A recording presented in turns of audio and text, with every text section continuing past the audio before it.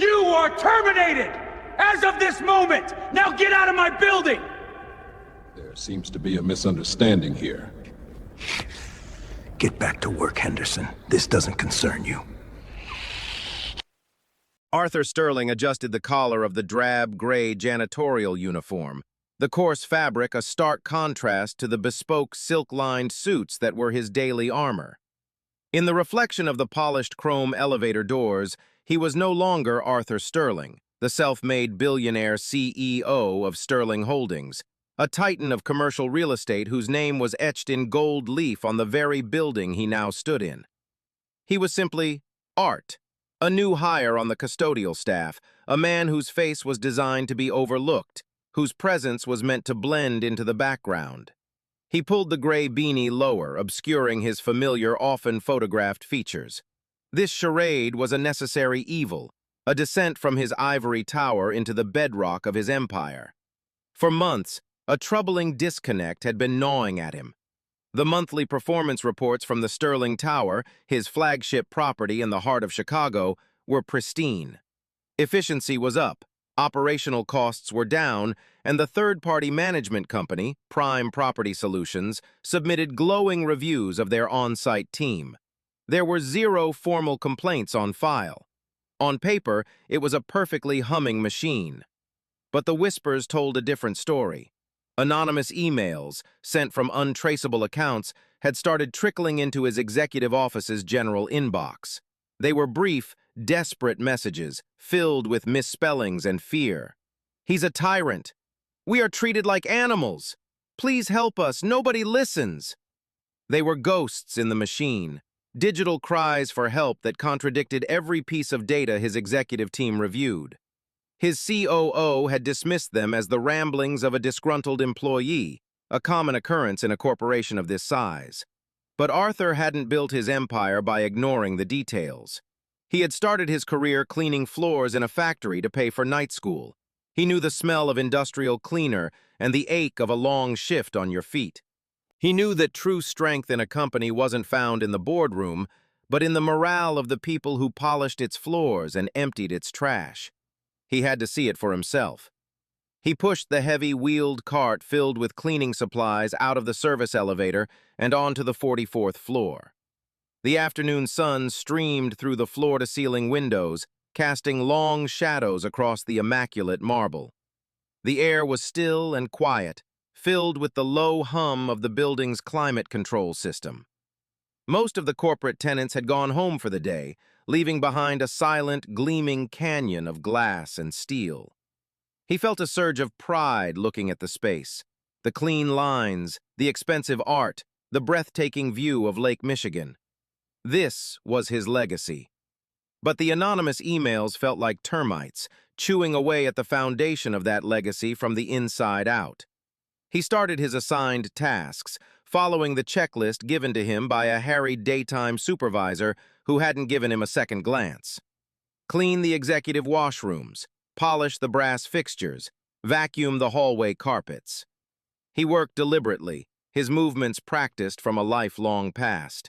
He kept his eyes down but his ears open, listening. He listened to the hushed conversations of the other janitorial staff as they crossed paths. Their words were clipped, their eyes constantly darting around as if expecting a predator to emerge from one of the corner offices. There was no easy camaraderie, no shared jokes or idle chatter that he remembered from his own early days. There was only a thick, heavy blanket of tension. He saw how they flinched when a door opened unexpectedly, how they spoke in near whispers even in the vast, empty hallways. This wasn't the quiet focus of diligent workers. It was the suffocating silence of fear. As he buffed a smudge from a glass wall, he saw the reflection of 2 of his new colleagues, a man and a woman, huddled together by the water cooler. Their conversation was urgent and low.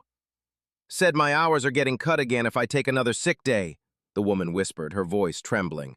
"My son has asthma." The man just shook his head, his expression grim. "You know how he is. Don't make waves, just do the work. It's all we can do." They broke apart abruptly as the elevator dinged, their faces instantly becoming neutral, emotionless masks. Arthur felt a cold knot tighten in his stomach. This was more than just a demanding boss. This was systematic intimidation. The gleaming perfection of the building felt like a lie, a beautiful facade hiding something rotten within. He had built this tower to be a symbol of opportunity and strength, a beacon in the Chicago skyline. But for the people tasked with maintaining its shine, it had become a prison. He finished his work on the 44th floor and moved down to the 43rd, his mind racing. Who was he? The complaints were clearly centered around a single individual, someone with enough power to manipulate schedules and instill a culture of fear. As he wheeled his cart into a long, empty corridor, he saw a man at the far end, partially obscured by shadow. He was an older black man, tall and wiry, moving with a slow, deliberate grace as he emptied the trash bins. There was a quiet dignity about him, but also a profound weariness that seemed to settle in his shoulders like a physical weight.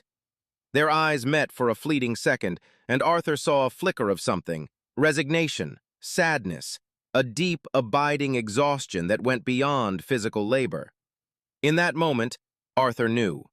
This man was one of the Whispers, and Arthur was about to find out exactly what was making him scream in silence. Arthur, now fully inhabiting the persona of Art, pushed his cart down the corridor, the squeak of the wheels echoing in the cavernous space. He approached the older man with a nod, offering a simple, non-threatening greeting. "Hey there, I'm Art. First day." The man paused, his hands still inside a large gray waste receptacle. He studied Arthur for a moment, his gaze sharp and intelligent, taking in the ill-fitting uniform and the feigned uncertainty of a new employee. "Samuel," he replied, his voice a low, smooth baritone that seemed at odds with his tired posture. "Welcome to the grind." He offered no smile, but there was no hostility either, only a flat, neutral acceptance. Arthur gestured vaguely down the hall. "They just sort of threw me in the deep end. Any advice for the new guy?" Samuel straightened up, a slight wince crossing his features as he pressed a hand to the small of his back. "Keep your head down. Do your work exactly as it's listed on the sheet. Don't be too fast, don't be too slow, and stay out of Dave's way." The name was spoken with a finality that hung in the air. Dave. That was the he. "Dave?" Arthur asked, playing dumb. "The shift supervisor?" Samuel gave a short, mirthless huff that wasn't quite a laugh. "You could call him that. He supervises. He'll make sure you know it." He turned back to his work, the brief flicker of engagement extinguished. The conversation, it seemed, was over. Arthur understood. Trust wasn't given freely here. It was a precious currency, and he hadn't earned any. He spent the next hour working in parallel with Samuel, observing him from a distance. The man was meticulous. He didn't just wipe surfaces, he restored them. He didn't just empty trash, he replaced the liners with crisp, perfect folds. Every movement was efficient, honed by years of practice. He treated his work with a craftsman's respect, a level of professionalism that the gleaming offices deserved but likely never acknowledged. Yet the sadness clung to him. In unguarded moments, when he thought no one was watching, his shoulders would slump, and he would stare out the window at the city lights below, his face a mask of quiet sorrow. He looked like a man carrying an invisible, crushing weight. Arthur's carefully constructed detachment began to fray. He wasn't just investigating a business problem anymore. He was witnessing the slow erosion of a good man's spirit.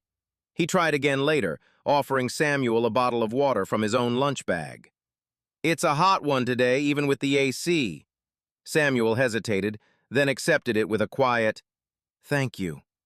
He took a slow sip, his eyes scanning the hallway. "You learn quick," Samuel said, his voice low. "Watching, listening. That's good. It'll keep you out of trouble." "What kind of trouble?" Arthur pressed gently.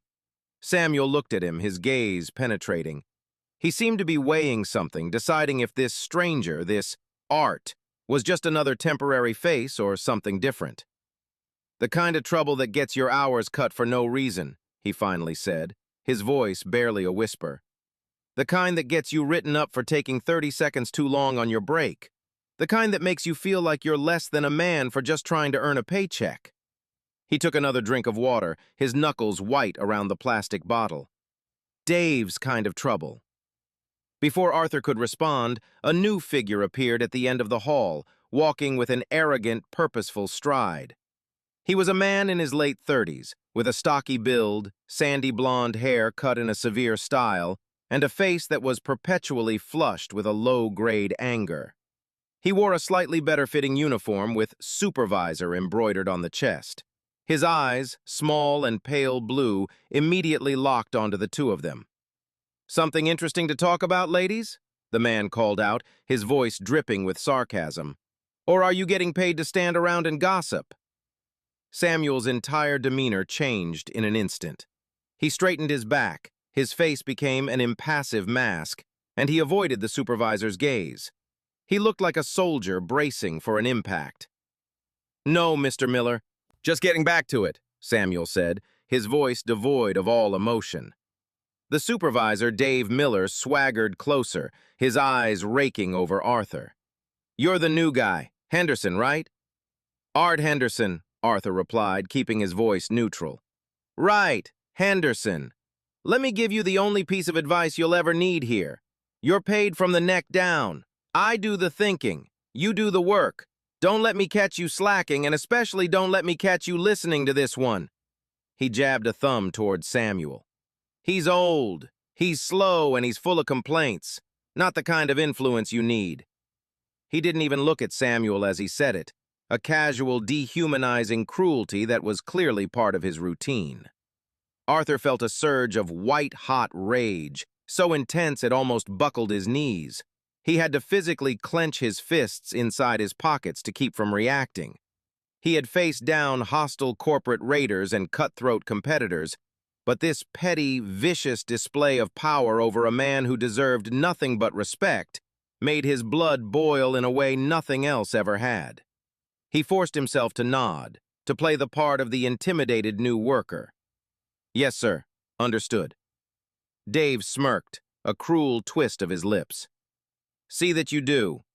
He stared at them for a few seconds longer, enjoying their discomfort, before turning and continuing his patrol down the hall. As soon as he was out of earshot, Samuel let out a breath he seemed to have been holding for an eternity. He wouldn't look at Arthur. He simply picked up his cart and began pushing it away, his movements now visibly stiffer, his quiet dignity wounded. Arthur watched him go, the supervisor's venomous words still echoing in the pristine hallway. This wasn't just a bad manager. This was a predator who enjoyed his power. And Arthur Sterling had just found his prey. The rest of the afternoon passed in a haze of controlled fury for Arthur. Every polished surface, every gleaming fixture seemed to mock him, a testament to the hard work of people who were being systematically broken down. He performed his duties on autopilot, his mind consumed with the ugliness he had just witnessed. Dave Miller's casual cruelty was a performance, a calculated act of dominance designed to remind Samuel of his place. And the most chilling part was Samuel's reaction, the instant submission, the practiced emotional shutdown. It spoke of a routine so established, so ingrained, that resistance had long since been extinguished. It was the posture of a survivor, not a worker. An hour later, as his shift was nearing its end, Arthur was tasked with collecting the custodial carts for restocking. He found Samuel's cart parked outside a large utility closet at the end of a service corridor, but Samuel himself was nowhere in sight. A cold sense of dread washed over him. The closet door was slightly ajar. From within, he could hear a faint, choked sound, almost like a wounded animal trying to suppress its pain. Arthur's heart hammered against his ribs. He pushed the door open gently. The closet was dark and smelled of bleach and floor wax. In the far corner, slumped on an overturned bucket amidst the mops and brooms, sat Samuel. His broad shoulders were shaking, and he was holding a worn leather wallet in his hands, staring at a photograph inside. He wasn't sobbing loudly, but silently, the tears tracing paths through the dust on his weathered cheeks. It was the most profound and desperate expression of grief Arthur had ever seen. He had stumbled upon the raw, unguarded truth of this place. This was the source of the anonymous emails. This was the human cost of Dave Miller's reign. Arthur stepped inside, his work boots making a soft sound on the concrete floor. "Samuel?" he said softly, his voice barely a whisper. Samuel flinched, startled, and quickly tried to compose himself, wiping at his face with the back of his rough hand. He snapped the wallet shut, shame and fear warring in his eyes. "I'm sorry. I was just taking a moment." His voice was thick with unshed tears. "You don't have to apologize to me," Arthur said, his voice full of a genuine warmth that momentarily broke through his art persona. He leaned against the doorframe, giving the man space. "Whatever it is, you don't have to carry it alone." Perhaps it was the kindness in his tone, or perhaps Samuel had simply reached his breaking point. The dam of his carefully constructed composure finally burst. "He does it every day," Samuel whispered, his voice cracking. "Every single day he finds something. You missed a spot, old man. Are you napping over there, Samuel? My grandmother could move faster than you. Today he told me I was lucky they don't put old horses like me out to pasture." He looked down at his hands, calloused and strong, the hands that had worked hard his entire life, that had raised a family and paid his dues. "I've been doing this job for 15 years. I took pride in it. I know every corner of this building. I know which floor polish works best on the black marble and which one to use on the lobby granite. I know how to get coffee stains out of a wool carpet without leaving a mark. This is my work, and he makes me feel like I'm nothing, like the dirt I clean up." He opened his wallet again, his thumb stroking the plastic-covered photograph. It was a picture of a smiling, handsome woman. "My Sarah," he said, his voice softening. "She's sick. The doctors, the treatments are expensive. The insurance from this job is all we have. I can't lose it. I can't." The pieces clicked into place for Arthur with sickening clarity. This wasn't just about pride or respect. It was about survival. Dave wasn't just a bully. He was a gatekeeper, holding the key to a woman's medical care, and he was using that power to torment her husband. "He knows," Samuel continued, his voice dropping lower. "He knows about Sarah. He saw me on the phone with her doctor once. And ever since then, it's gotten worse. It's like he enjoys knowing how much I need this job. It gives him more power. He can push, and he knows I won't break. I can't afford to." The cold, calculated cruelty of it struck Arthur dumb. This wasn't random abuse. It was targeted, sadistic, and fed by a man's desperation. Dave wasn't just breaking the rules, he was breaking a human being for sport. "Why haven't you gone to HR? To the management company?" Arthur asked, already knowing the answer. Samuel finally looked up, and for the first time, Arthur saw not just sadness in his eyes, but a flicker of fire. "You think I haven't tried? I filed a complaint with Prime Property Solutions 6 months ago. The next day, Dave came to me smiling. He said, 'I hear you had some concerns, Samuel. Let's talk about your performance review.' He wrote me up for 3 imaginary infractions. My complaint disappeared into a file, and he cut my overtime for a month. I have a family to support. I can't fight a man who holds all the cards." Arthur felt his own carefully constructed persona cracking under the weight of his fury. This was rot, not just in one man, but in the system that protected him. Prime Property Solutions, the company he paid millions to, was complicit in this abuse. His building, his legacy, was a house of horrors. He placed a hand on Samuel's shoulder. "This is wrong, Samuel. This is not how it's supposed to be." Samuel just shook his head, the fire in his eyes dying out, replaced by the familiar look of resignation. "It is what it is. I just have to endure it. For Sarah." He stood up, squared his shoulders, and put his wallet back in his pocket. The mask of the stoic janitor was back in place, but Arthur had seen behind it, and what he saw would fuel a righteous storm that was about to break over Sterling Tower. Just as Samuel composed himself and stepped out of the utility closet, a sharp, imperious voice echoed down the service corridor. "There you are! What in the hell do you think you're doing, hiding in a closet on my time?" Dave Miller stood silhouetted at the end of the hall, hands on his hips, his body language radiating aggression. He had clearly been looking for them. Samuel's spine went rigid, but before he could answer, Dave was marching toward them, his face contorted in a sneer. "I've been timing you, Samuel. 7 minutes. 7 minutes you've been off the floor.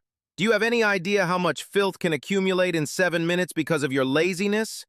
He stopped directly in front of Samuel, invading his personal space, forcing the taller, older man to look down at him. It was a deliberate power play, a physical act of intimidation. "I was just gathering my thoughts, Mr. Miller," Samuel said, his voice a low, steady monotone. It was a brave, if futile, attempt to retain a shred of dignity. Dave let out a bark of derisive laughter. "Gathering your thoughts? You don't get paid to think. You get paid to scrub. Look at this." He ran a finger along a nearby steel railing, then held it up, showing a microscopic speck of dust. "This is your failure, Samuel, right here. Pathetic." Arthur, who had been standing just inside the closet doorway, felt the rage coiling in his gut like a serpent. This was it, the live performance of the horror Samuel had just described. It was even uglier and more visceral in person. He had to intervene, but he also needed to see how far Dave would push it.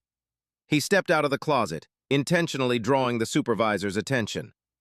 "He was just showing me where the extra supplies were," Arthur lied, his voice calm and even. Dave's head snapped toward him, his pale eyes narrowing into slits. His anger, deprived of its primary target, now sought a new one. "And who the hell are you?" he spat, though he knew perfectly well who Arthur was. "The new guy, Henderson.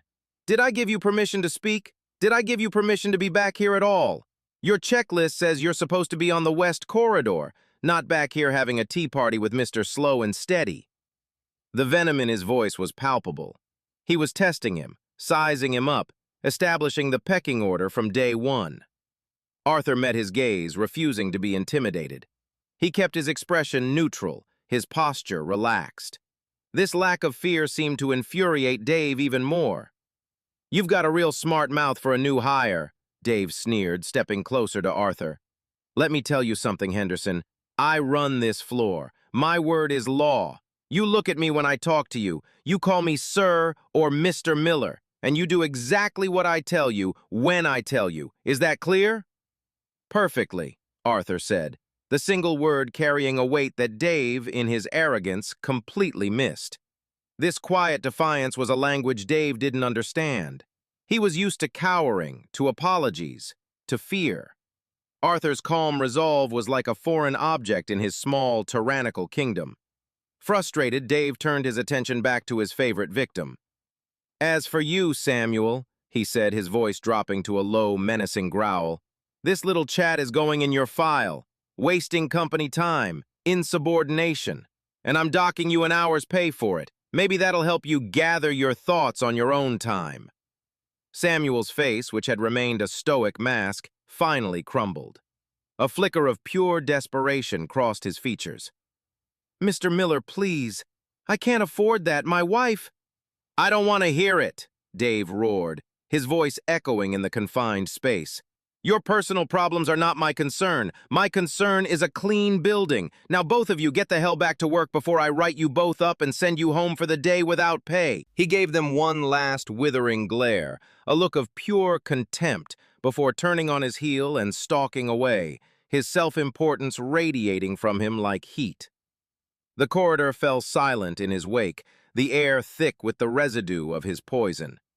Samuel looked utterly defeated, his shoulders slumped, the brief spark of hope Arthur had given him now completely extinguished. He looked at Arthur with eyes full of apology and warning. "You see?" he whispered. "You see what happens when you speak up? Don't do it again. For your own sake. He'll make your life a living hell." Arthur watched Samuel shuffle away, a good man diminished, a proud man humiliated. The rage inside him had cooled from a hot fire to a block of solid ice. His objective was no longer just to investigate, it was to dismantle. He wasn't just going to fire Dave Miller, he was going to utterly destroy the system that had created and protected him. He looked down at his own hands. the hands of a janitor. They were, for now, his only weapons. But he had another, more powerful tool at his disposal, his mind. And in that mind, a plan began to form. Dave Miller thought he was a king ruling over his small, concrete kingdom. He had no idea he was a fly, buzzing arrogantly in the web of a spider who now had all the reason in the world to close the trap. The time for observation was ending. The time for gathering evidence had begun. The encounter in the service corridor was a declaration of war. Arthur knew he couldn't act on emotion. A CEO storming down to the lobby and firing a supervisor would solve one problem on one day, but it wouldn't cure the disease that had clearly infected the operational culture of his building. He needed more. He needed proof of a pattern, evidence that would not only justify Dave's termination, but would also serve as undeniable grounds to sever the lucrative contract with Prime Property Solutions. He spent the next 2 days methodically and quietly continuing his work as Art, but with a new purpose. He became a confidant, a listening ear, using the invisibility of his janitorial role to his advantage. People ignore the person cleaning the floors, and in their carelessness, they speak freely. He started in the break room, a cramped, windowless space in the sub-basement. He'd sit at a corner table with his lunch, not saying much, simply being a quiet presence. It didn't take long for the stories to emerge, trickling out at first, then flowing like water from a broken dam. He met Maria, a woman in her late 40s who had been with the company for 5 years. Her hands were raw and chapped from the harsh cleaning chemicals. "He waters them down," she said one afternoon, holding up a bottle of disinfectant that was almost clear. "Dave, he orders the full supply, signs the invoice, and then I see him taking cases of the good stuff out to his car. We're left with this useless water, and then he yells at us when the stains don't come out." It was petty, blatant theft, not just from the company, but from the workers themselves, who were forced to scrub twice as hard with ineffective supplies. The cost was being paid on their bodies, in their aching backs and cracked skin. Then there was young Leo, a college student working to pay his tuition. He was bright, energetic, but his eyes were shadowed with anxiety. "He changed my schedule 4 times last week," Leo told Arthur, his voice a low, frustrated murmur. "No notice. I had a midterm on Tuesday. He scheduled me for a double shift. When I told him I couldn't make it, he said, 'That's a shame. Guess you don't need this job that badly.' I had to beg my professor to let me take the exam late. I think he does it on purpose. He likes seeing us squirm." It was a classic abuser's tactic. Keep your victims off balance, make their lives unpredictable, and force them to be dependent on your whims. By controlling their schedules, Dave controlled their lives outside the building's walls. Arthur listened, every story a nail in Dave Miller's professional coffin. He heard how Dave would consistently lose the paperwork for overtime hours, forcing employees to fight for weeks to get the pay they were owed. He heard how he'd promise promotions or better shifts in exchange for loyalty, which usually meant spying on other employees, then never deliver. He was a master of psychological manipulation, pitting his staff against each other to prevent them from ever uniting. The common thread in all the stories was fear and vulnerability. Dave never targeted the workers who had other options or seemed more confident. He preyed on the Samuels, the Marias, and the Leos of the world, people for whom this job wasn't just a job, but a lifeline. Immigrants, single mothers, students, older workers with few prospects. He knew exactly who couldn't afford to fight back, and he exploited their desperation with surgical precision. The most damning conversation came from a woman named Chloe, who worked the reception desk for one of the tenant companies on the 30th floor. Arthur was emptying her trash late one afternoon when she stopped him. "You're new, right?" she asked kindly. Arthur nodded. "A word of advice," she said, lowering her voice. "Be careful of your supervisor, Dave." "I'm learning that," Arthur said. Chloe's face hardened. "A few months ago, I saw him yelling at that sweet old man, Samuel. It was horrible. I filed a report with Prime Properties Building Management Office. I even sent an email to their corporate HR. "What happened?" Arthur asked, his heart quickening. "Nothing," she said, her voice laced with disgust. Absolutely nothing. 2 days later, my office started having problems. Our AC would mysteriously be under repair on the hottest days. Our package deliveries would get lost in the mailroom. It was all petty stuff, things you couldn't prove, but I knew.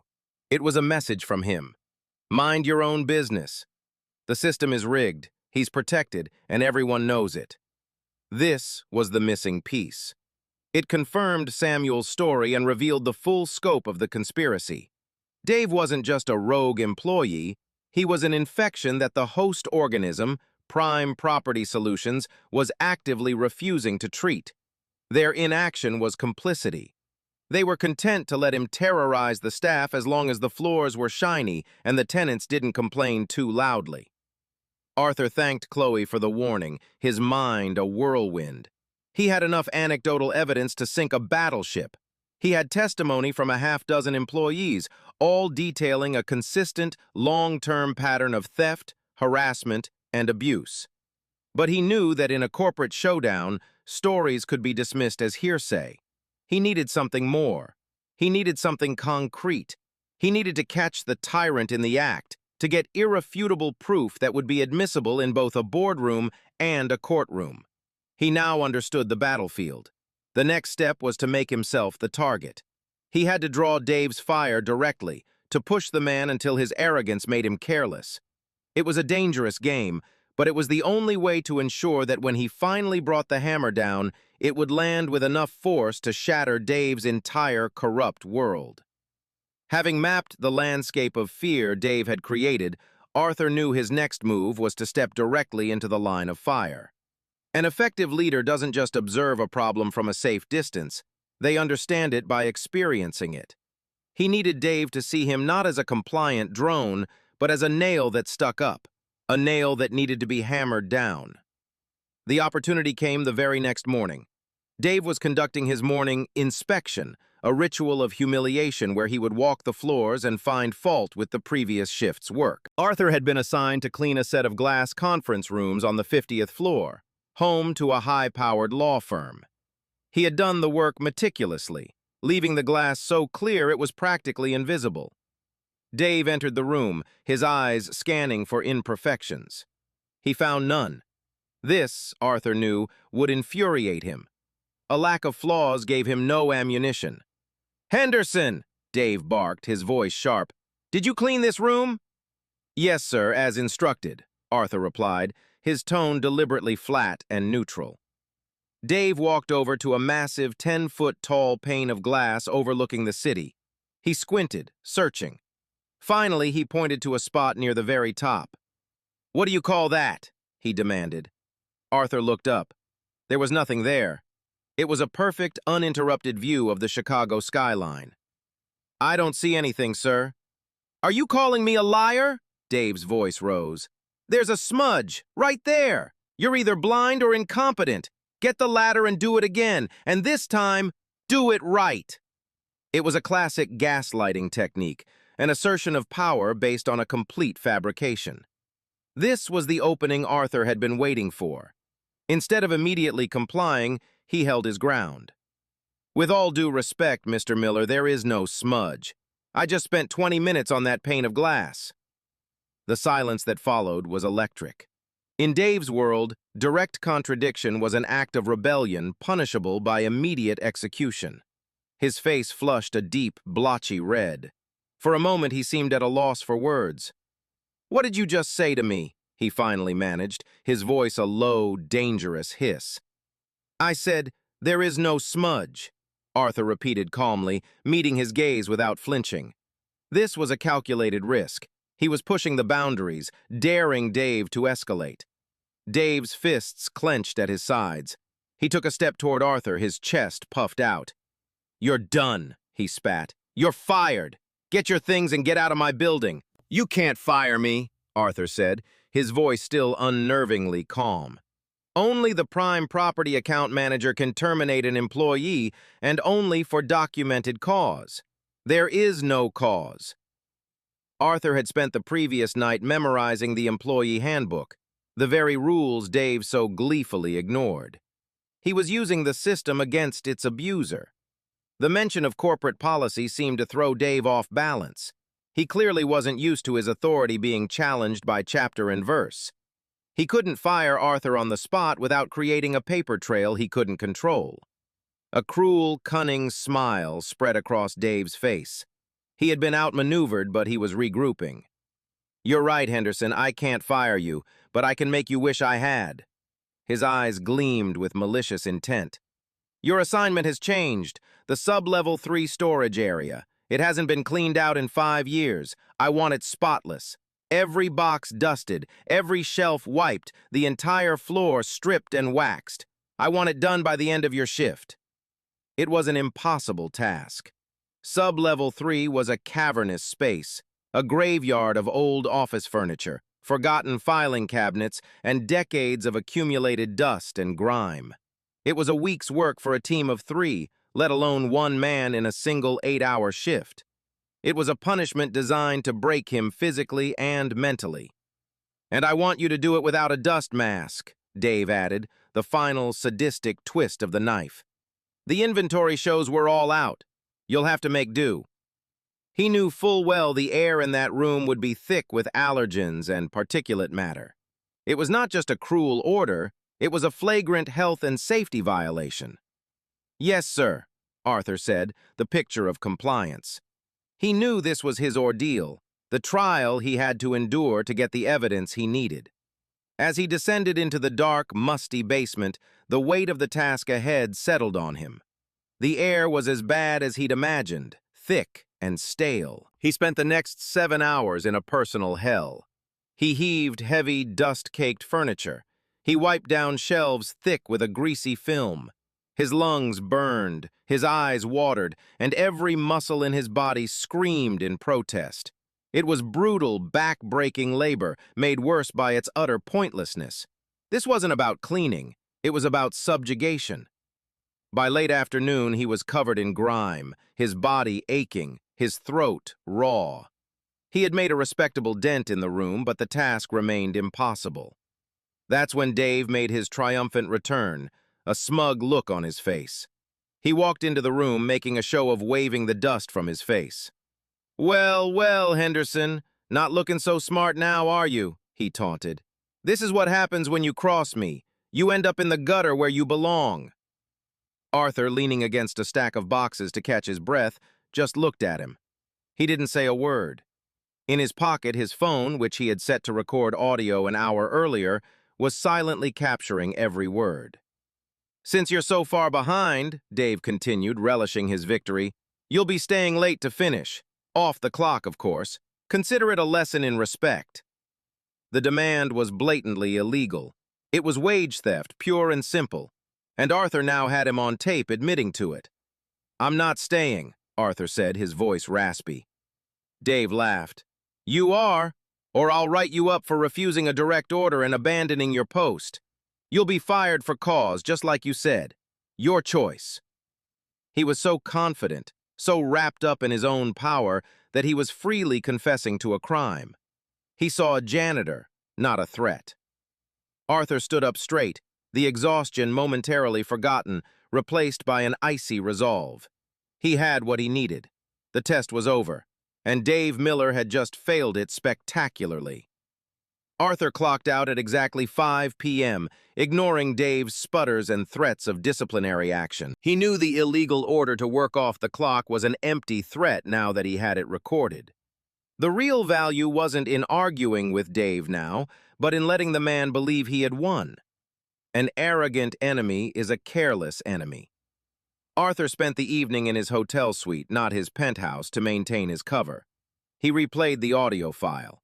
Dave's voice was clear, condescending, and utterly damning. "You'll be staying late to finish. Off the clock, of course." It was the first piece of solid, irrefutable evidence. But Arthur knew from the stories of Maria and Leo that Dave's corruption ran deeper than just workplace bullying. The watered-down cleaning supplies, the manipulated schedules, those pointed to financial misdeeds. He needed to prove it. The next day, Arthur returned to work, adopting the demeanor of a man who had been humbled. He was quiet, compliant, and avoided eye contact with Dave, who swaggered around with the air of a conquering hero. Arthur's feigned submission seemed to delight the supervisor, inflating his already massive ego. This was exactly what Arthur wanted. He spent the morning working diligently, shadowing Samuel, offering quiet words of encouragement when Dave wasn't around. He could see the toll the constant stress was taking on the older man, who now moved with a palpable sense of dread. Around midday, Arthur's opportunity presented itself. He was cleaning the hallway near the small, glass-walled office that served as Dave's command center. Dave was inside, feet up on his desk, talking on his personal cell phone. He was laughing, his voice loud and boastful. Sensing his chance, Arthur began meticulously cleaning a section of wall near the office door, his presence justified by his task. The door was slightly ajar, and Dave, lost in his own self-importance, paid him no mind. Arthur activated the voice recorder on his phone again, tucking it into his breast pocket. The conversation drifted clearly into the hallway. "No, I'm telling you, it's the perfect setup," Dave bragged to the person on the other end. "Prime property doesn't look too close as long as the building looks good and the tenants are quiet. They love me. My numbers are fantastic." There was a pause as he listened. "Labor costs? Yeah, I've got them down 15%. It's easy. You just schedule the part-timers for 39.5 hours a week. They do the work of a full-time employee, but you don't have to pay for the benefits. They get desperate. They don't quit. And the old guy, Samuel? I've been cutting his overtime and marking it as supply adjustments. He's too scared to check his pay stub too closely." Arthur's blood ran cold. This was a direct confession to benefits fraud and wage theft, explained with the casual pride of a master craftsman. He was stealing from his own people, from a man trying to pay for his wife's medical care and boasting about it. The conversation shifted. "Oh, the supplies are a gold mine," Dave continued, chuckling. "I order top-of-the-line chemicals, the expensive stuff. Invoice goes to corporate. I sell half of it to a guy who runs a commercial cleaning business on the side, cash in hand. Then I just water down the rest for my crew here. Who's gonna know? The floors still get clean, eventually. It's an extra grand in my pocket every month, tax-free." It was all there. A detailed, step-by-step confession of his entire criminal enterprise. He was not just a bully, he was a methodical thief, running a profitable side hustle funded by corporate assets and the stolen labor of his staff. Arthur remained frozen, buffing the same spot on the wall over and over, his heart pounding. This recording was the smoking gun. It was a clear-cut criminal confession that would not only end Dave's career, but could very well land him in jail. The call continued for another minute, with Dave detailing how he planned to get rid of Leo before the student worker became eligible for a pay raise. "Kid's too smart. Starts asking questions. Better to replace him with someone more grateful."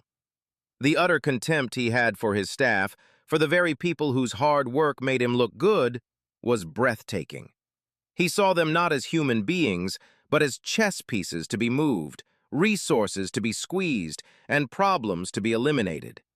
Finally, the call ended. "Yeah, man, talk to you later. Gotta go terrorize some janitors."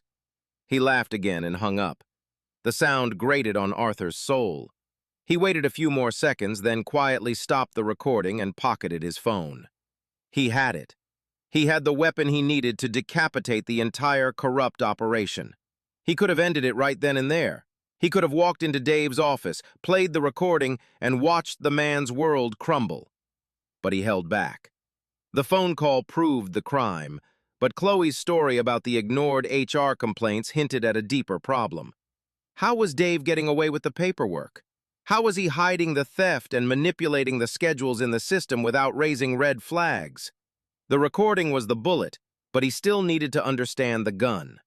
Before he brought this all crashing down, he needed to see the fraudulent paper trail for himself.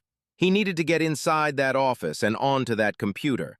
He just needed to find a way. The desire to see Dave's digital kingdom of fraud gnawed at Arthur.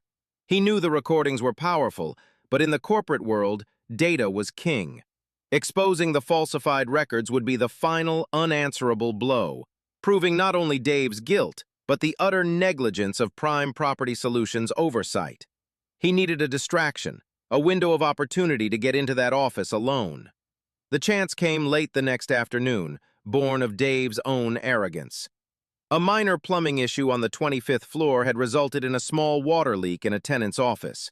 It was a simple fix, but Dave, eager to appear indispensable and important, declared it a major crisis. He herded 3 members of the custodial staff, including Samuel, toward the service elevator. "This is a priority 1, he announced dramatically, as if leading a squad into battle. "I have to supervise this personally. Henderson," he pointed at Arthur, "you're on lobby duty. Polish every single brass fitting on the main entrance doors. I want to see my reflection in them when I get back. Don't move from that spot." He was isolating Arthur, giving him a tedious, high-visibility task while he handled the emergency. It was meant as another power play, but it was, in fact, a perfect gift. The main lobby was a fishbowl, but Dave's office was 2 floors up in a quiet administrative wing, now completely deserted. Dave would be preoccupied for at least 30 minutes. It was the window Arthur needed. He started on the lobby doors, working with convincing diligence for 10 minutes, long enough for any watching eyes to lose interest. Then, moving with a calm purpose that belied the racing of his heart, he pushed his supply cart into the elevator and rode it up to the administrative floor. The hallway was empty. Dave's office door was, as usual, unlocked. He never feared his subordinates. To him, they were too powerless to be a threat.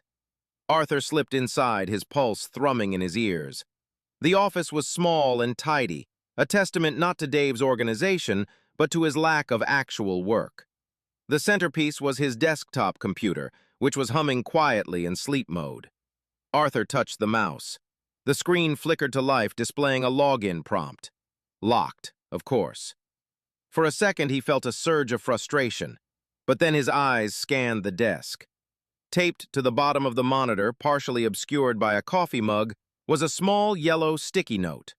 On it, in blocky handwriting, were 2 words: "Go Cubs _16. It was the password. The sheer, arrogant carelessness of it was staggering. Dave was so convinced of his own untouchability that he practiced the worst possible security hygiene. Arthur typed it in. The desktop bloomed into view. He felt a surge of adrenaline. He knew he only had minutes. He ignored the clutter of personal files and went straight for the 2 icons he knew would hold the secrets: the scheduling software and the supply chain portal. He clicked on the scheduling program first. It was all there, a color-coded tapestry of his crimes. He saw Leo's file, a chaotic mess of last-minute changes and canceled shifts, all coded with the reason "employee request," a blatant lie. He found Maria's file. She was consistently scheduled for just under the number of hours that would have made her eligible for a better benefits package, a pattern repeated over years. Then he found Samuel's file. His overtime hours for the last 6 months were systematically missing, replaced by entries labeled unauthorized long breaks. Dave was not just deleting the hours, he was creating a false narrative to justify it, poisoning the man's employment record while stealing from his pocket. But the most damning discovery was a ghost employee, an entry for a Robert Miller, who was consistently scheduled for 20 hours a week on the weekend overnight shift. Arthur knew for a fact that only 2 people worked that shift. Robert Miller didn't exist. He cross-referenced the name with the payroll system. The payments were being direct deposited into a bank account that Arthur would bet his entire fortune was controlled by Dave. He was paying himself for a no-show job. He pulled out his phone, his hands moving quickly, and began taking clear, high-resolution pictures of the screen, documenting every falsified entry, every stolen hour. Next, he opened the supply chain portal. The records were just as incriminating. He saw the purchase orders for premium, high-cost cleaning chemicals. Then he saw the inventory logs, which Dave had manually adjusted, marking nearly half of every shipment as damaged on arrival or unusable. It was a simple, brutally effective scam, creating a paper trail that perfectly matched the watered-down supplies in the janitor's closet and the cash-in-hand business he'd bragged about on the phone. Arthur photographed everything, his mind working like a prosecutor building a case. The motive, the method, the cover-up. It was all here in black and white and pixels. He had a complete picture of the rot. He backed out of the programs, deleted the browser history, and was about to log off when he saw a file on the desktop named Performance Notes. His curiosity piqued. He clicked it open. It was a series of unsaved text documents. They were Dave's personal, informal notes on his employees. The entry for Samuel read, "Old man is a cash cow. Wife is sick, so he'll never quit. Can cut his hours to the bone and he'll still kiss my feet. Push him harder in Q3, see if he cracks." The casual, sociopathic cruelty of the words stole Arthur's breath. He wasn't just a thief. He was a monster who took pleasure in the suffering he caused. Arthur took one last picture of that file. He logged off the computer, slipped out of the office, and was back in the lobby, polishing the brass doors with a furious energy, just as Dave and the others returned. Dave shot him a smug, triumphant look. "Looks like you can follow an order after all, Henderson." Arthur simply nodded, his face a mask of neutrality. But inside, a firestorm was raging. He now had a complete, undeniable dossier of evidence. The time for subtlety was over. The trap was set. The proof was gathered. All that was left was to choose the perfect moment to spring it. With a mountain of irrefutable evidence stored on his phone, Arthur felt a grim sense of finality. The game was over. All that remained was the checkmate. He decided he would wait one more day, allowing him to coordinate with his personal head of security and the CHRO of Sterling Holdings to ensure the fallout was handled swiftly and professionally. He wanted not just to fire Dave, but to have the entire corporate apparatus ready to undo the damage he had caused. But Dave Miller, in his boundless cruelty, had his own timeline. The next afternoon, Arthur was waxing the floors near the main lobby when he heard Dave's voice, raised in theatrical anger, echoing from the atrium. He saw him dragging Samuel by the arm toward the center of the polished granite floor, a space designed to impress clients and visitors. Several other employees and even a few tenants lingering in the lobby stopped to watch the unfolding drama. This was a public execution. "I have had it with your incompetence, Samuel," Dave shouted, his voice amplified by the high ceilings. He held up a small, clear plastic bag containing a few shards of what looked like a broken glass vase. "This was a priceless piece of art from the tenant on the 52nd floor, and you," he poked Samuel in the chest, "were the last person seen on that floor last night. You broke it, and you tried to hide it like a coward." Samuel looked bewildered, his eyes wide with shock and fear. "Mr. Miller, I didn't break anything. I cleaned that office. The vase was on the table when I left." "Are you calling our client a liar?" Dave roared. "They came in this morning and found it like this, shattered in the trash can. You're clumsy, you're old, and now you're a liar and a thief." Arthur's gut clenched. This was a setup. Dave had likely broken the vase himself. It was the documented cause he needed to finally get rid of the man he so enjoyed tormenting. He was creating the evidence to justify a firing. Samuel, for the first time since Arthur had met him, began to plead. The public humiliation, the false accusation, and the threat to his livelihood were finally shattering his stoic resolve. "Please, sir," his voice trembled, cracking with emotion, "I swear to you, it wasn't me. I need this job. My wife, her surgery is next week. We just got the final bill. Without the insurance—" He couldn't finish the sentence. He was openly begging, his dignity stripped away in front of his peers. This was Samuel's breaking point, the moment of ultimate desperation. Dave's face twisted into a mask of feigned sympathy, a truly reptilian expression. "Oh, your wife is sick? That's a real shame, Samuel. A real shame." He let the words hang in the air, dripping with insincere pity. Then his voice turned to ice. "But that doesn't change the fact that you destroyed valuable property. I have no choice. Prime Property Solutions cannot employ destructive, dishonest people. As of this moment, you are terminated." A collective gasp went through the small crowd of onlookers. Samuel looked as though he'd been physically struck. The color drained from his face and he staggered back a step, his hand going to his chest. "No," he whispered, the word a faint puff of air. "You can't." "I can, and I did," Dave said, his voice ringing with triumph. He had won. He had finally broken the old man. "Now get your personal effects and I will have security escort you from the building. You are trespassing." Arthur watched Samuel's eyes, and what he saw there terrified him. The light was gone. The quiet dignity, the resilience, the hope. It had all been extinguished, replaced by a terrifying, empty void of utter despair. The man was not just losing a job, he was losing his wife's future, his home, his very reason for being. He looked like a man on the edge of a precipice, and Dave Miller had just given him the final, brutal shove. The rage inside Arthur was so pure, so absolute, that the world seemed to narrow to a single point of focus: the smug, victorious face of Dave Miller. His plan to wait another day vanished. He couldn't. He would not let Samuel leave this building believing his life was over. He would not allow this monstrous injustice to stand for one more second.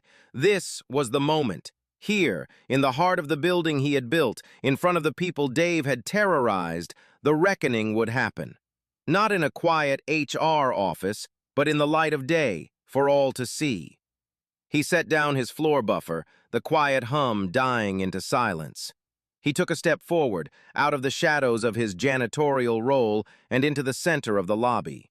Every eye in the atrium, including Dave's, turned to him. "There seems to be a misunderstanding here," Arthur said, his voice not loud but carrying an incredible sudden authority that cut through the tension in the room. Dave scoffed. "Get back to work, Henderson. This doesn't concern you." Arthur looked past Dave, his eyes locking with Samuel's. "It concerns me very much."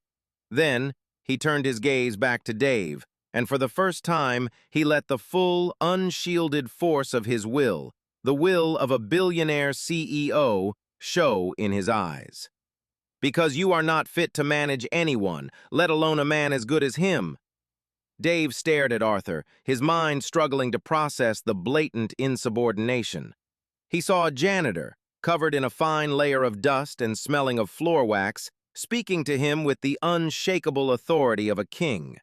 The cognitive dissonance was so great that for a moment he could only sputter. What did you say to me? You're finished, Henderson. You are so far beyond fired." Arthur ignored him completely. He took another step forward, closing the distance between them, his presence seeming to grow, filling the vast space of the lobby. His quiet calm was more intimidating than any shouting match could ever be. "You've enjoyed your little kingdom, haven't you, Dave?" Arthur said, his voice low and conversational, yet carrying to every corner of the silent atrium. "You enjoyed making people feel small. You enjoyed holding a man's family hostage to your whims. You enjoyed the power." Dave, flustered and enraged by this bizarre turn of events, fell back on his ultimate defense. He puffed out his chest, a pathetic attempt to reassert his dominance. "You have no idea who you're messing with," he sneered, a threat that had clearly worked for him many times before. "I have friends in high places at prime property, very high places. You're just a nobody. You complain and I'll have you blacklisted from every janitorial job in this city." This was the moment Arthur had been waiting for, the admission, the source of his impunity. "Ah, yes, the friends in high places," Arthur mused, a dangerous glint in his eye. "You must be referring to your uncle, Robert Miller, Senior Vice President of Operations at Prime Property Solutions."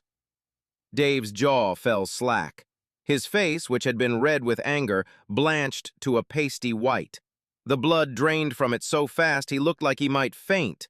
It was one thing for a janitor to be defiant. It was another for him to know names, to know relationships deep within the corporate structure of the management company. The shield of nepotism he had hidden behind for so long had just been publicly shattered. How do you know that?" Dave stammered, his bravado crumbling into dust. I know a great many things, Arthur said. I know that you have a ghost employee named Robert Miller Jr., your cousin, I presume, on the payroll, and that you've been pocketing his salary. I know that you've been systematically stealing cleaning supplies and selling them for cash.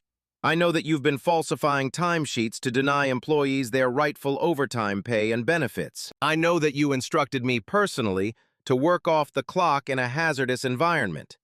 And I know, he paused, letting the weight of his next words land with maximum impact, that you have a text file on your desktop where you refer to Samuel as a cash cow whose wife's illness makes him easy to exploit.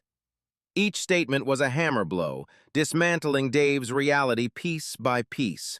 The other employees were now staring, their fear replaced by a dawning, electrifying sense of shock and vindication. They were hearing all their secret complaints, all their whispered fears, spoken aloud with absolute certainty. Samuel, who had been on the verge of collapse, now stood straighter, his eyes locked on Arthur, a flicker of disbelief and hope igniting in their depths. Dave was cornered, his web of lies and deceit torn to shreds around him. Panic set in, and he did what all cornered animals do. He lashed out blindly. "You're lying! You're insane! Who are you to make these accusations? You're a janitor!" he shrieked, his voice cracking. "Security! I want this man arrested for slander!" Arthur almost smiled. "An excellent idea. Let's get security down here." He reached into his pocket, but instead of a janitor's keyring, he pulled out his personal smartphone, a model far too expensive for any Art Henderson. He tapped the screen once, then held it up. The audio from Dave's bragging phone call began to play, crisp and clear in the silent lobby. "The old guy, Samuel? I've been cutting his overtime and marking it as supply adjustments. He's too scared to check his pay stub." Dave's own voice, filled with arrogant pride, was confessing to his crimes. The sound of it echoing off the marble walls was his death sentence. His face contorted in pure, unadulterated horror. He looked around wildly, at the shocked faces of his staff, at the curious tenants, at the unyielding expression of the man who was systematically destroying him. The world he had so carefully constructed, the little fiefdom where his word was law, was collapsing in on him in real time. He lunged for the phone, a desperate, clumsy attempt to silence the evidence. "Give me that!" But Arthur sidestepped him with the easy grace of a man who spent 3 days a week in a boxing gym. Dave stumbled, his momentum carrying him forward until he tripped over the very floor buffer Arthur had been using moments before. He went down hard, sprawling unceremoniously on the gleaming floor he claimed to care so much about. The recording continued to play as Dave lay there, humiliated and exposed. The shield of his uncle, the protection of his position, the fear he had so carefully cultivated, it was all gone. He was no longer a tyrant.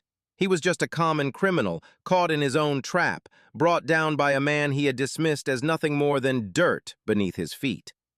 As Dave scrambled to his feet, his face a mask of fury and shame, Arthur pocketed his phone. The recording had served its purpose. It had confirmed to every witness that the accusations were not slander, but fact. The stage was now perfectly set for the final, devastating act of this corporate drama. Dave, now operating on pure, desperate instinct, reverted to his only known tactic: threats and bluster. "This is an illegal recording! It's inadmissible! I'll sue you! I'll sue everyone!" he yelled, pointing a trembling finger at Arthur. "You have no authority here!" "That," Arthur said, his voice dropping, taking on a tone of command that silenced the entire lobby, "is where you are mistaken."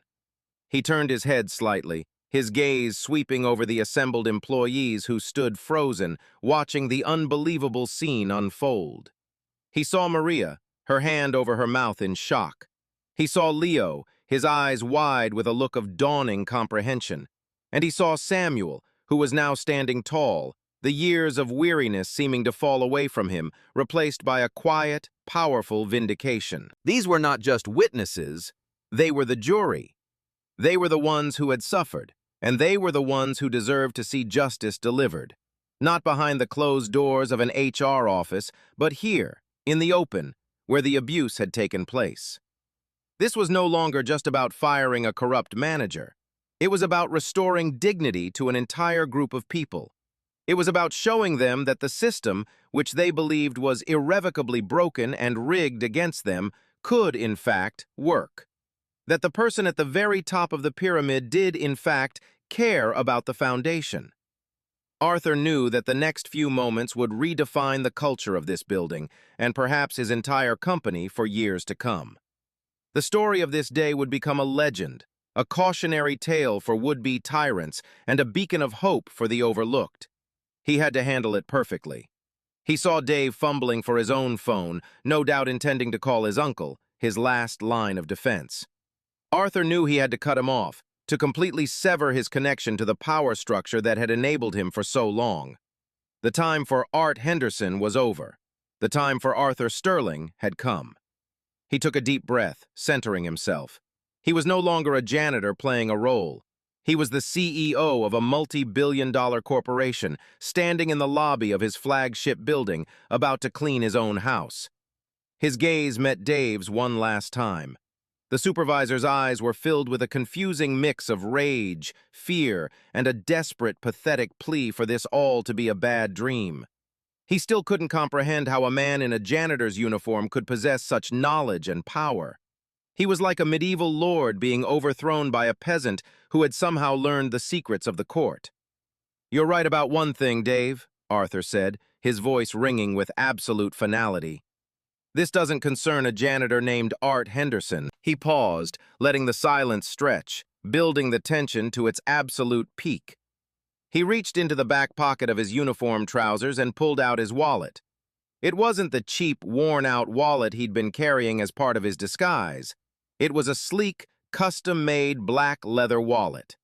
He flipped it open, not to a driver's license, but to a high-security corporate ID card.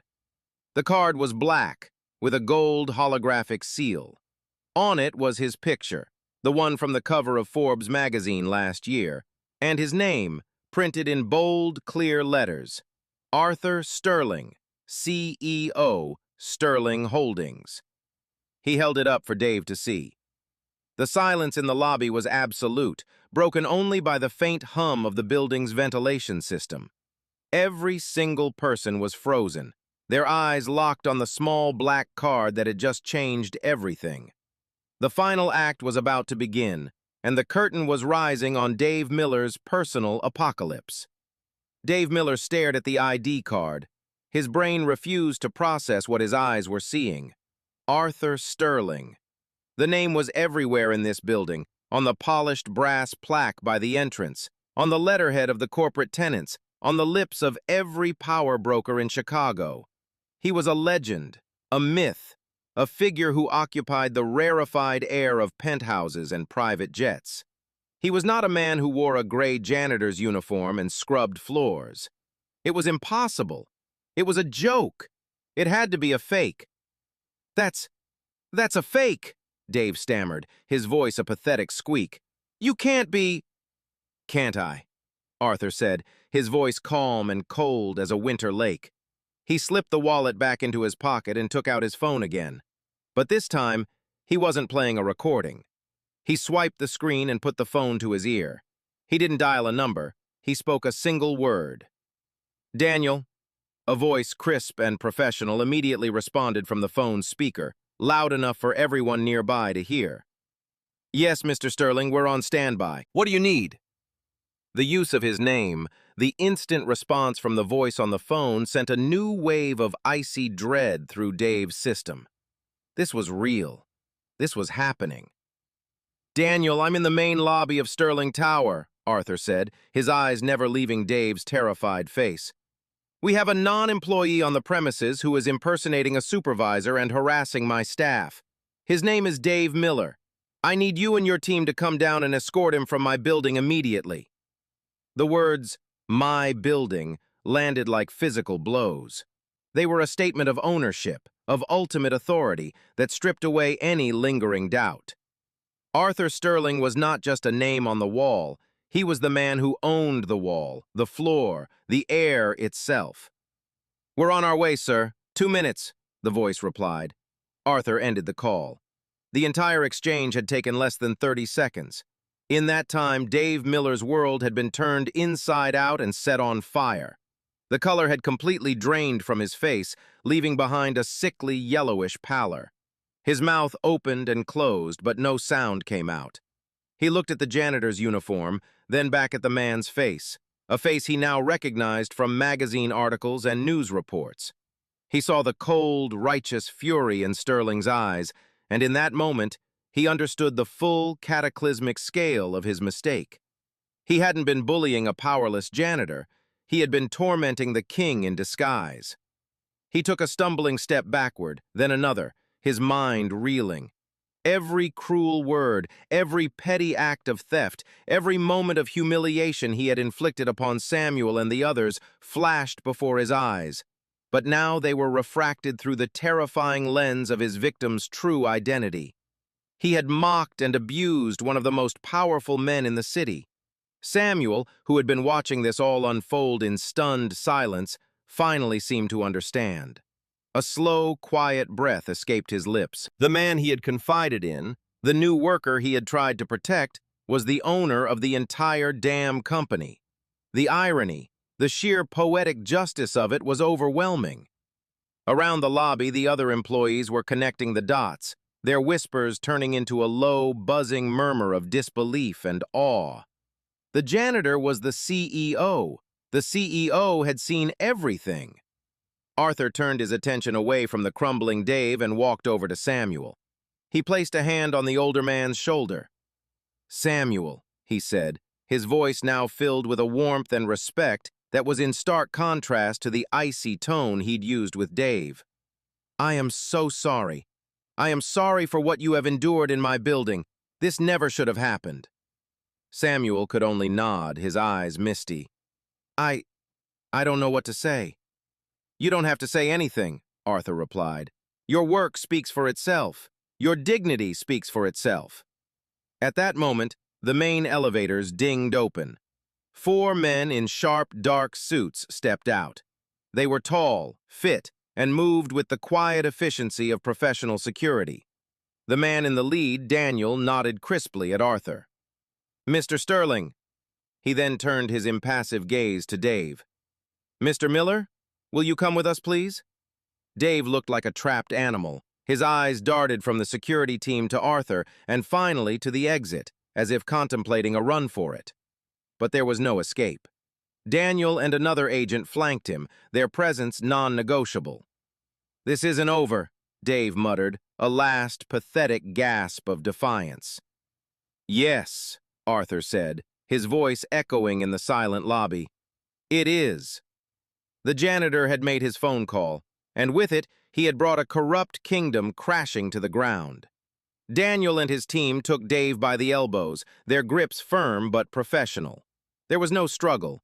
The fight had completely gone out of him, replaced by the hollow-eyed shock of a man whose life had irrevocably capsized. They began to walk him toward the main entrance, a slow, deliberate procession across the gleaming marble floor. Every head in the lobby turned to watch. This was the walk of shame. He was escorted past the very brass fixtures he had ordered Arthur to polish, past the front desk where Chloe had filed her ignored complaint, past the spot where he had tried to break Samuel's spirit. The entire space, once his personal stage for torment, was now the setting of his ultimate humiliation. His face was a wreck of conflicting emotions, disbelief, terror, and a dawning, sickening understanding of the consequences that were about to rain down upon him. He had not just lost a job, he had made a mortal enemy of a man who could likely ruin his life with a single phone call. As they reached the revolving doors, Dave risked one last look back. He saw Arthur Sterling standing beside Samuel, a protective hand on the old man's shoulder. He saw the faces of the employees he had abused for years, their expressions no longer fearful, but filled with a mixture of awe, relief, and undisguised contempt for him. His power over them was gone, evaporated in an instant, and its absence revealed him for what he truly was, a small, pathetic man. The security team guided him through the doors and out onto the bustling Chicago sidewalk, where he blinked in the afternoon sun like a creature emerging from a dark cave. His reign was officially over. Back in the lobby, a heavy silence fell. The drama was over, but the aftershocks were just beginning.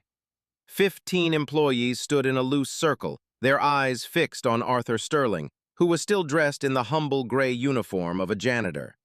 They were trying to reconcile the man they thought they knew, Art Henderson, the quiet new guy, with the titan of industry who had just summarily dispatched their tormentor. Arthur let the silence hang for a moment, allowing the reality of what had just happened to sink in. Then he turned to face them, his expression somber. He looked at each of them in turn, making eye contact, acknowledging their presence, their personhood. "My name is Arthur Sterling," he began, his voice resonating with sincerity. "And I owe every single one of you an apology." The words stunned them into a deeper silence. A CEO, a billionaire, was apologizing to them. "I built this company with the promise that we would treat every employee with dignity and respect. But somewhere along the way, I got too comfortable in my office on the top floor. I looked at spreadsheets instead of faces. I read reports instead of listening to people. I failed you. I allowed a man like Dave Miller to operate under my roof, and I allowed the system that was supposed to protect you to fail. For that, I am truly and profoundly sorry." He saw tears welling in Maria's eyes. He saw Leo shake his head in disbelief. This was more than they had ever expected.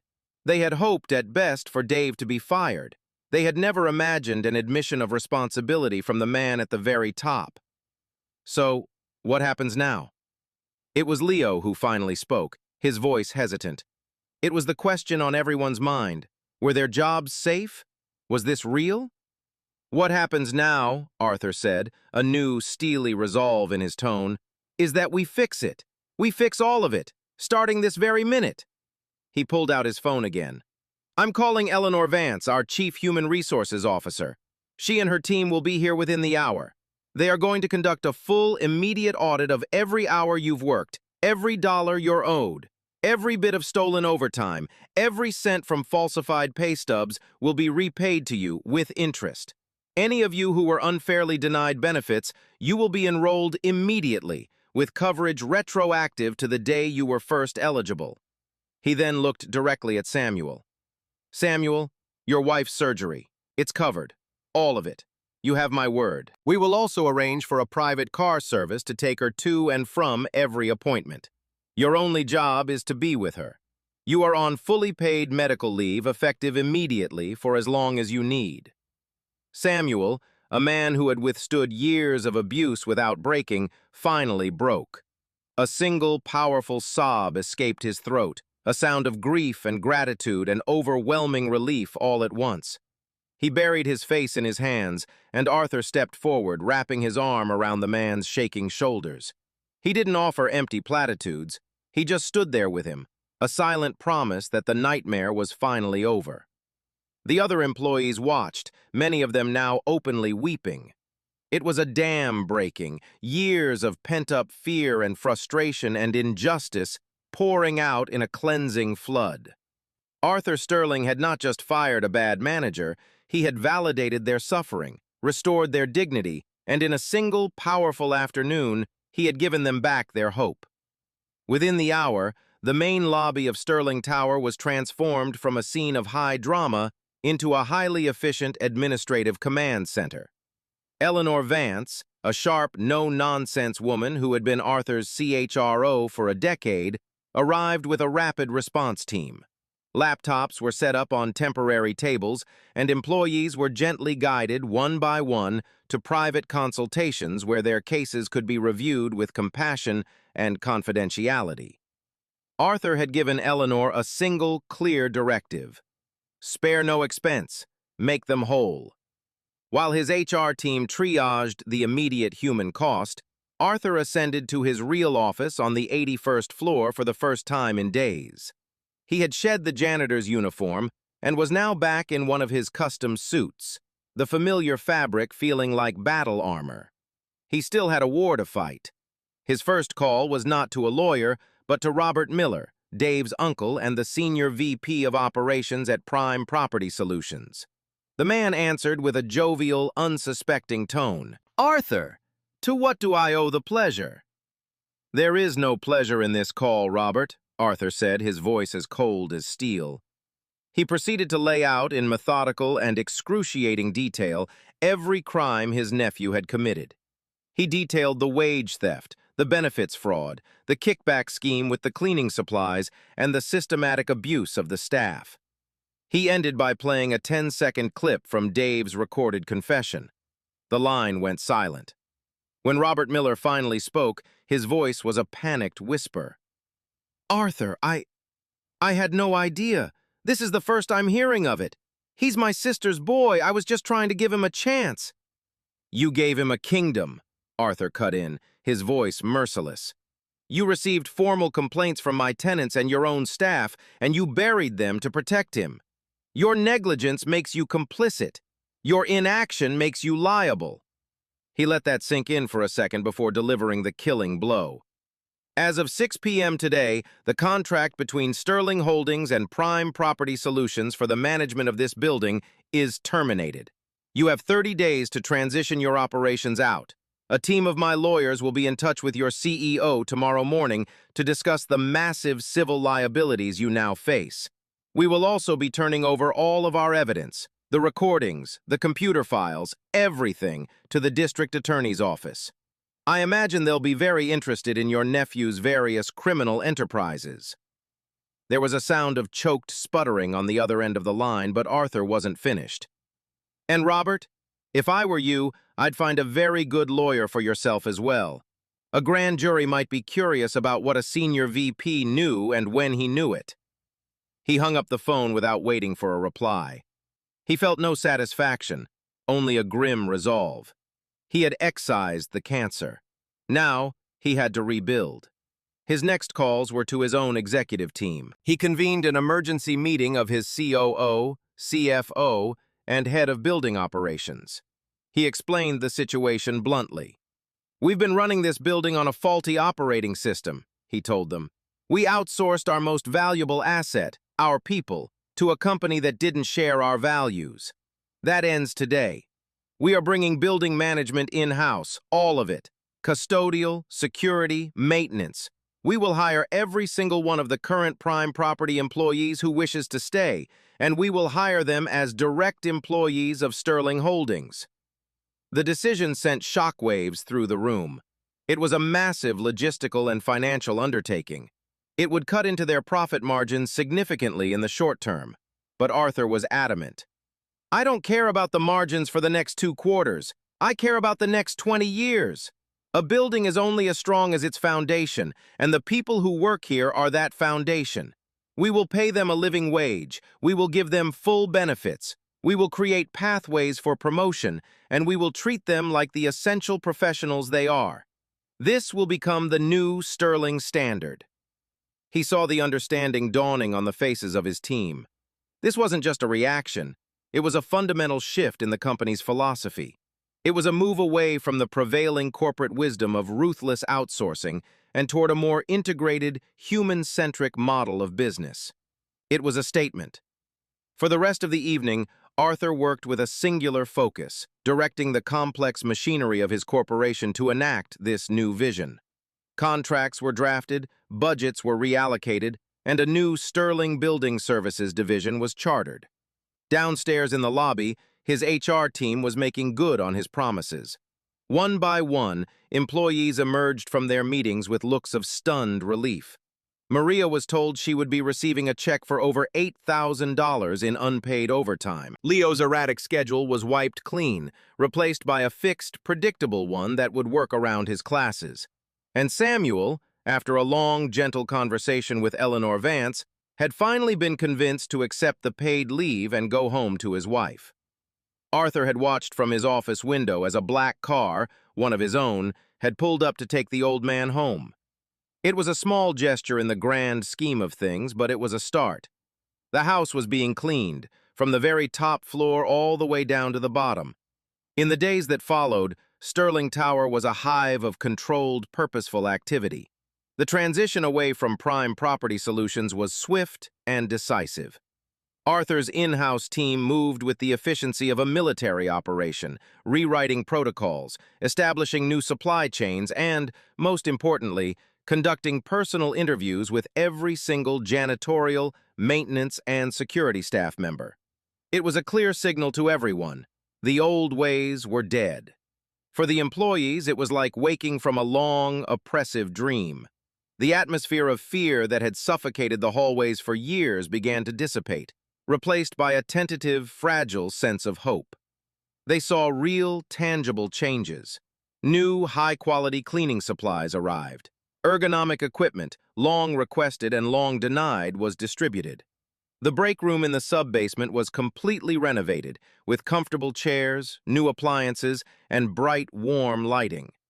These were not grand gestures, but they were powerful symbols that their comfort and well-being now mattered. The financial restitution was completed within a week. Every employee affected by Dave's schemes received a direct deposit for their stolen wages, a sum that, for some, was life-changing. But Arthur knew that true justice was about more than just money. It was about restoring what had been taken from them on a deeper level: their dignity, their sense of agency, and their faith in the workplace. He needed to make a statement about leadership, to fill the vacuum left by Dave with something positive and powerful.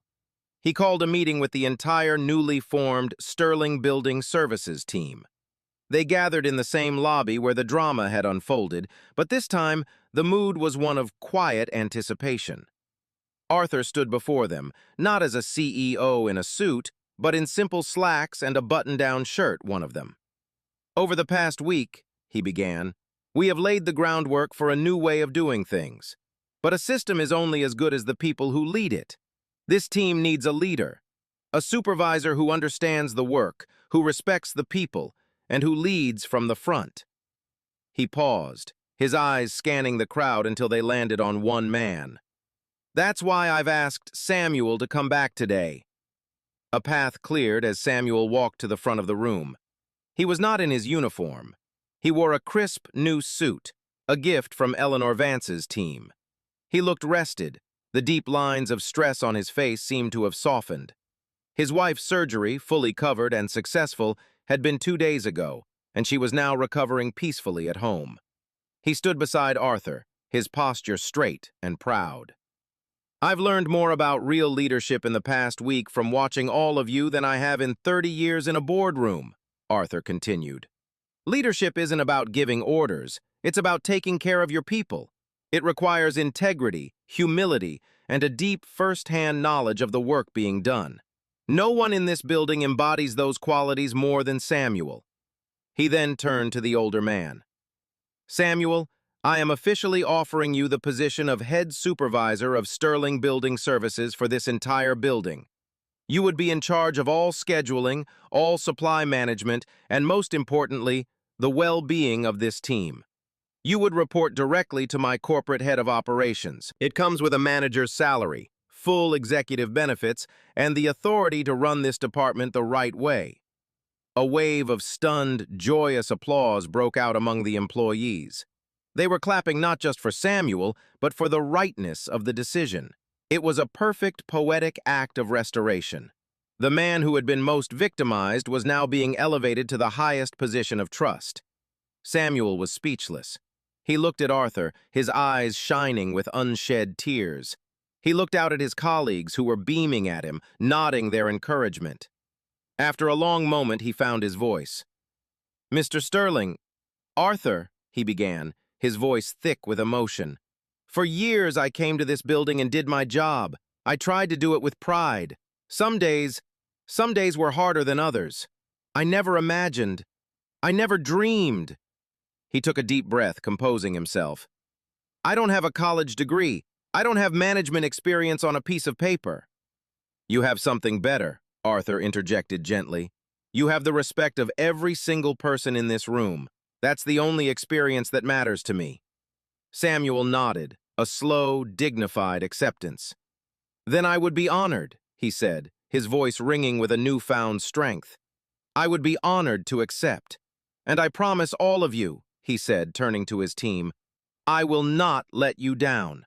We are going to make this the best-run building in the entire city of Chicago." The lobby erupted in another round of thunderous applause. Maria was crying openly, hugging the person next to her. Leo was whistling and cheering. It was a moment of pure, unadulterated triumph. Arthur stepped back, letting Samuel have the spotlight. He watched the man shake hands with his colleagues, accepting their congratulations. He saw not a janitor, but a leader, stepping into the role he had earned through decades of quiet, unrecognized excellence. The new dawn had arrived. And in the heart of Sterling Tower, a new and better kind of supervisor was ready to get to work. 6 months later, Arthur Sterling stood by the floor-to-ceiling windows of his 80-floor office, looking down at the intricate tapestry of Chicago. The city lights twinkled like a carpet of fallen stars, but his mind wasn't on the view. It was on the journey he had taken within the walls of this very building. A quiet knock came at his door. "Come in, Samuel." Samuel entered, no longer in a supervisor's uniform, but in the sharp blazer of a department manager. He had been promoted again 2 months ago, now overseeing operations for 3 of Sterling's downtown properties. He moved with a confidence and ease that was worlds away from the weary, downtrodden man Arthur had first met. "Everything all right for the quarterly review, Arthur?" Samuel asked, his voice warm and familiar. "Everything is perfect," Arthur said, turning from the window with a smile. "I was just looking at your team's latest performance report. Employee retention is at 98%. Tenant satisfaction with building services is the highest it's ever been in the history of this tower. And our operational costs," he chuckled, "are actually lower because you're using quality supplies efficiently instead of a thief selling them out the back door. The Sterling standard is working." Samuel nodded, a look of quiet pride on his face. "It's not complicated, really. You treat people like people. You give them the tools they need to succeed. You listen when they have a problem. The rest just seems to take care of itself." He glanced around the opulent office. "It's still hard to believe I'm standing here sometimes. 6 months ago, I was hiding in a utility closet." "You were surviving," Arthur corrected him gently, "and you were teaching me a lesson I should have learned long ago.